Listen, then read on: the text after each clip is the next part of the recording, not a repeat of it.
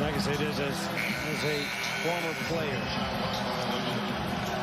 all of my contemporaries, guys that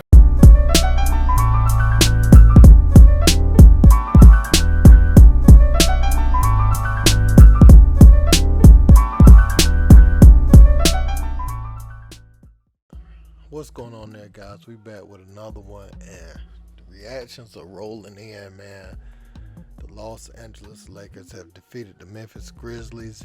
Dillon Brooks exited the locker room before the media could even enter to talk to the players, so he ran from the smoke again. He ran from the interviews and everything. He can't deal with the difficult. He just talks, and then when they lose, he has nothing to say.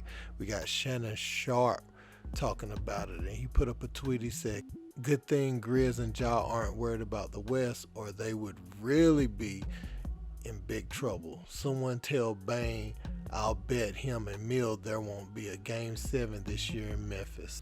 So he's trolling the Grizzlies hard. And Skip Bayless just had this to say about the game, and he says LeBron got the last laugh on Dillon Brooks. Man, so much was going on in the crowd. You had Kyrie pulling up to support LeBron. Check this out.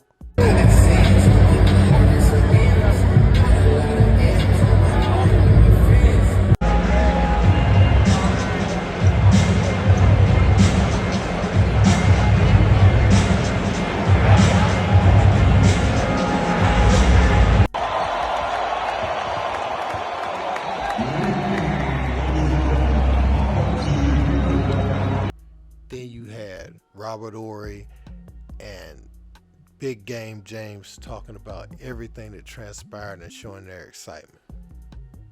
Lakers win the series in dominant fashion. Let's remember back when they started 2-10, 8 games under 500. They finally got to 500 on March 24th. Tonight, a special night. Jack back in the building. The crowd wanted it. This franchise wanted it. And Big Game James, they got it done. They're moving on to the semifinals of the Western Conference. Give it to them.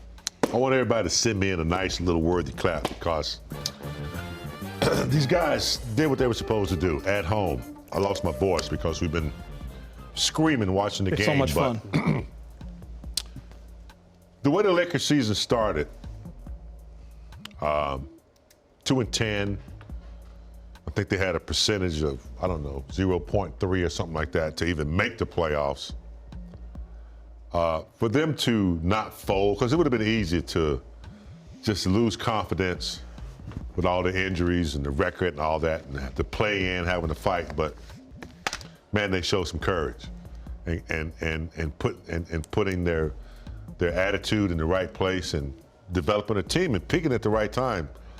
And tonight was an example of all that coming together. The trade, bringing in new players, getting some time together, the defense coming back to where we knew it could be consistent, because tonight was a defensive performance to what they did tonight. Having a closeout at home. And I think before the game, we all talked about how some of the role players are going to be key. And, whether they started or not, Reeves, D'Angelo Russell's, he saved us the other night. He saved us 3 games in a row pretty much. Yeah. Hit those 3, got us back. Then in Memphis, hit some big threes. I'm excited. Rob, what's that say?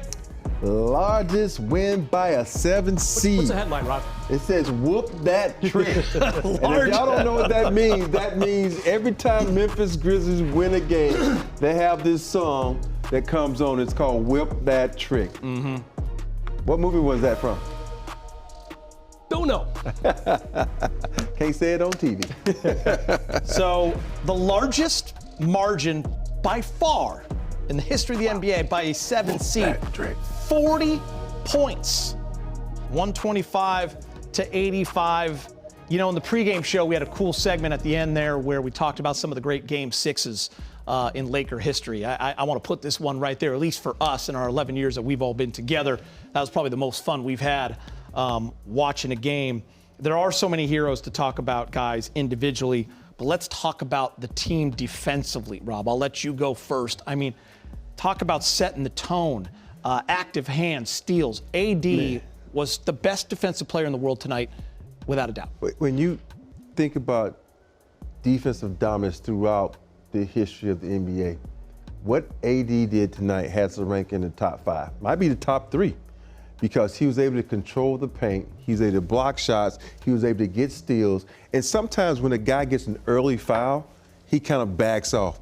Not AD. That one block he got from behind on Ja and controlled it and started a break, that's incredible. And because usually you be like, no, I'm gonna back off because you're gonna need me down the line. And what I really like about it, he was all out effort. He didn't try to save anything for the offensive end. He said, I'm gonna do it all on the defensive end. And you gotta appreciate that. And secondly, they don't give enough credit to the coaches, but tonight, that defensive plan and AD's backing was great tonight. Brez, they showed a graphic at the end of the third quarter. It was 13-0 blocks. Lakers to Memphis. It ended up 15-2. Thanks for pointing that out, Geet. I got a few numbers here I scratched out. Had a lot of time to go through the stats for the series in that fourth quarter. AD had 26 block shots. Jaren Jackson Jr., the Defensive Player of the Year, he had 12 block shots. Where was he? More important to me, Dillon Brooks for the series, guys, the guy who said LeBron was old, the guy who before the series began said, yeah, I can't wait to eliminate LeBron in the first round. He shot 31% in the series, Dillon Brooks. Finally, Desmond Bane, the guy who said there would be a Game 7 Sunday in Memphis.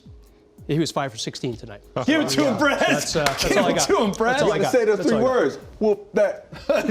Give it to him, Brez. Man, so as you saw the Lakers with Griddy in, mocking Ja Morant, you saw the excitement in the studio tonight. You saw Shannon Sharpe, Skip Bayless. You saw Kyrie pulling up so many headlines, so many things going on.